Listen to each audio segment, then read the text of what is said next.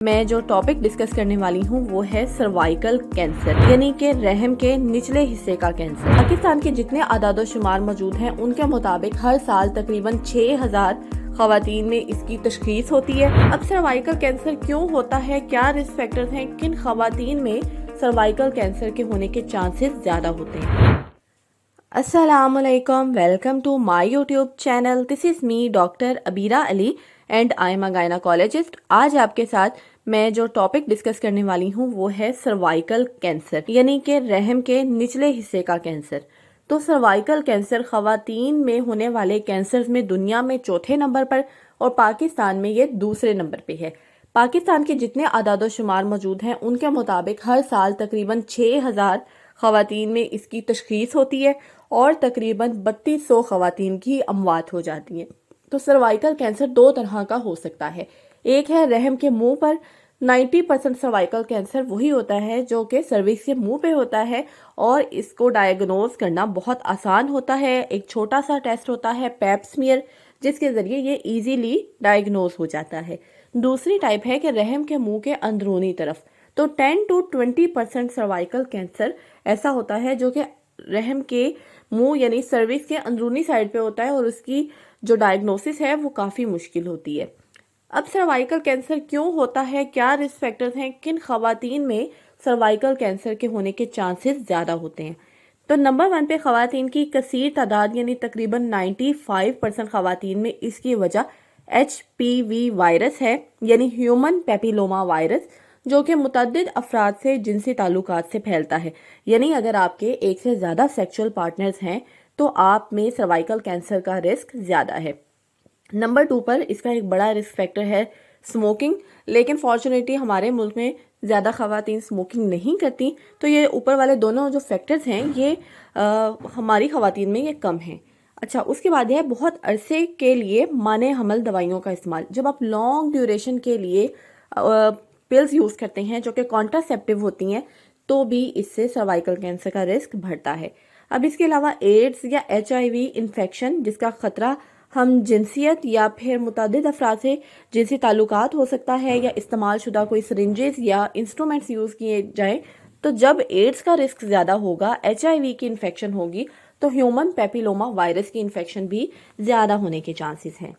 اب اگر میں علامات کی بات کروں تو اگر آپ کی سروکس کو ٹچ کیا جائے تو اس سے بلیڈنگ سٹارٹ ہو جائے، یعنی کہ اگر آپ کو جنسی ملاپ کے بعد بلیڈنگ ہوتی ہے اور پین ہوتی ہے، یا اگر آپ کا معائنہ کیا جائے تو معائنہ بھی جب کیا جاتا ہے تو انسٹرومنٹ سروکس کے ساتھ ٹچ کرتا ہے، تو وہ اگر ٹچ کرنے سے سروکس بلیڈ کرنے لگ جائے، بلیڈ ٹو ٹچ سروکس ہو، تو اس کی ایک بڑی وجہ سروائیکل کینسر ہو سکتی ہے۔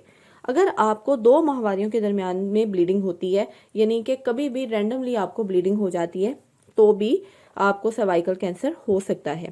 نمبر 3 پر ہے کہ اگر آپ کو پیریڈز بہت زیادہ آتے ہیں اور irregularly آتے ہیں، یہ ایک سمٹم ہو سکتا ہے۔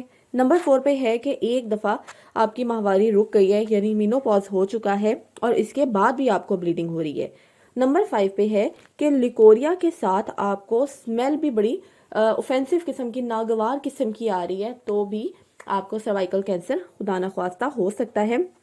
نمبر 6 پر ہے اگر آپ کا بغیر کسی ریزن کے ویٹ کم ہو رہا ہے اور آپ کو کچھ سمجھ نہیں آ رہی تو بھی یہ سمٹم ہو سکتا ہے کینسر کا۔ اور نمبر 7 پہ ہے کہ اگر آپ کے پیٹ کے نچلے حصے میں مستقل درد رہتی ہے تو آپ سم ٹائمز اسے اگنور کر دیتی ہیں کہ یہ انفیکشن ہو سکتی ہے، لیکن یہ سم ٹائمز سروائیکل کینسر کے سمٹمز بھی ہو سکتے ہیں۔ تو اس کو ڈائیگنوز کیسے کیا جائے؟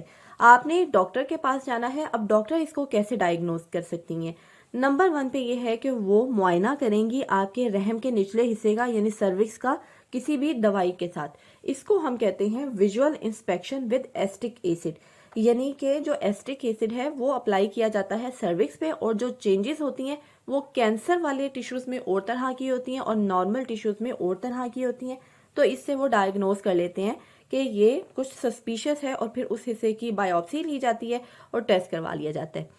اچھا، اس کے بعد نمبر 2 پہ ہے کہ رحم کے نچلے حصے کا کیمرے کے ذریعے معائنہ کیا جا سکتا ہے۔ تو ایک مشین ہوتی ہے کولپوسکوپی جس پہ زوم کر کے آپ کی سروکس کو دیکھا جاتا ہے بڑا کر کے اور جو کینسر ٹیشو ہے اس کو آئیڈینٹیفائی کیا جاتا ہے۔ نمبر 3 پہ ہے کہ آپ کا پیپ سمیئر کے ذریعے معائنہ کیا جاتا ہے، ایک اسپیچولا یا برش کے ذریعے آپ کے ٹیشوز لیے جاتے ہیں، سروکس سے سیلز لیے جاتے ہیں اور اس کی سائٹولوجی کرائی جاتی ہے تاکہ دیکھا جائے کہ کوئی کینسرس ٹیشو تو نہیں ہے۔ نمبر 4 پہ یہ ہے کہ ہیومن پیپیلوما وائرس کا ٹیسٹ بھی کروایا جا سکتا ہے۔ اور نمبر 5 پہ ہے کہ جہاں کوئی ایب نارملٹی ملے گی تو ایب نارمل ٹیشو کی بایوپسی لی جاتی ہے اور ہسٹوپیتھولوجی کروا کے دیکھا جاتا ہے کہ یہ کینسرس ٹیشو ہے یا یہ نارمل ٹیشو ہے۔ اب اس کی پریونشن کی طرف آتے ہیں۔ سب سے پہلے تو آپ کو انفارمیشن ہونی چاہیے۔ میں نے اپنی پچھلی ویڈیو میں بھی آپ کو کچھ سکریننگ کے بارے میں انفارمیشن دی تھی، تو ہر لڑکی کو اپنی سکریننگ کروانی چاہیے۔ آپ کو انفارمیشن ہونی چاہیے تاکہ آپ ٹائملی ڈائگنوز ہو سکیں اور ٹائملی آپ کا ٹریٹمنٹ ہو سکے اور آپ کی جو کوالٹی آف لائف ہے وہ امپروو ہو سکے۔ ایچ پی وی اور جنسی بیماریاں یعنی ایس ٹی ڈی سے آپ کیسے بچا کر سکتے ہیں؟ تو آپ کو زنا سے پرہیز کرنا چاہیے اور جنسی بے راہ روی اس سے بھی ایوائڈ کرنا چاہیے۔ ہم جنسیت جو ہوتی ہے وہ بھی اس کا ایک بڑا رسک فیکٹر ہے، تو اس کو بھی ایوائڈ کرنا چاہیے۔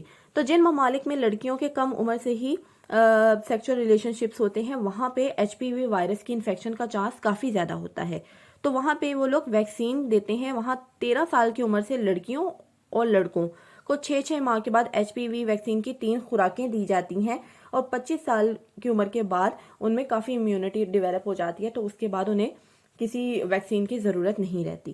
تو پیپ سمیئر آپ لوگوں نے لازمی اپنا کروانا ہے۔ پیپ سمیئر ایک سکریننگ ٹیسٹ ہے سروائیکل کینسر کا، اور پیپ سمیئر خوش قسمتی سے آپ کا یہ ہے کہ یہ کینسر جو ہے سروائیکل کینسر یہ 5 سے 20 سال کی مدت میں گریجولی ڈیولپ ہوتا ہے، اس لیے اگر آپ ریگولرلی سکریننگ کرواتے رہیں گے تو یہ ارلی ڈیٹیکٹ ہو جاتا ہے، اور کئی گورنمنٹ کے ہاسپٹلس میں بھی اس کا انتظام موجود ہے۔ اور اگر نہیں ہے تو آپ نے خود ڈاکٹر سے ریکویسٹ کرنی ہے کہ آپ اپنا سروائیکل سمیئر کروانا چاہتی ہیں۔ تو شادی شدہ عورتوں کو ہر 3 سال کے بعد یہ ٹیسٹ کروانا چاہیے، اور آر سی او جی گائیڈ لائنس کے مطابق 25 سے 59 ایئرز تک کی ہر خاتون کا یہ ٹیسٹ ہونا چاہیے، اور 50 سے 65 سال کی جو خواتین ہیں ان کا ہر 5 سال کے بعد یہ ٹیسٹ ہونا چاہیے۔ تو آئی ہوپ آپ کو میری آج کی ویڈیو پسند آئی ہوگی۔ کوئی کویسچن ہو تو مجھ سے کامنٹس میں لازمی پوچھیے گا۔ اپنا بہت سا خیال رکھیے گا۔ اللہ حافظ۔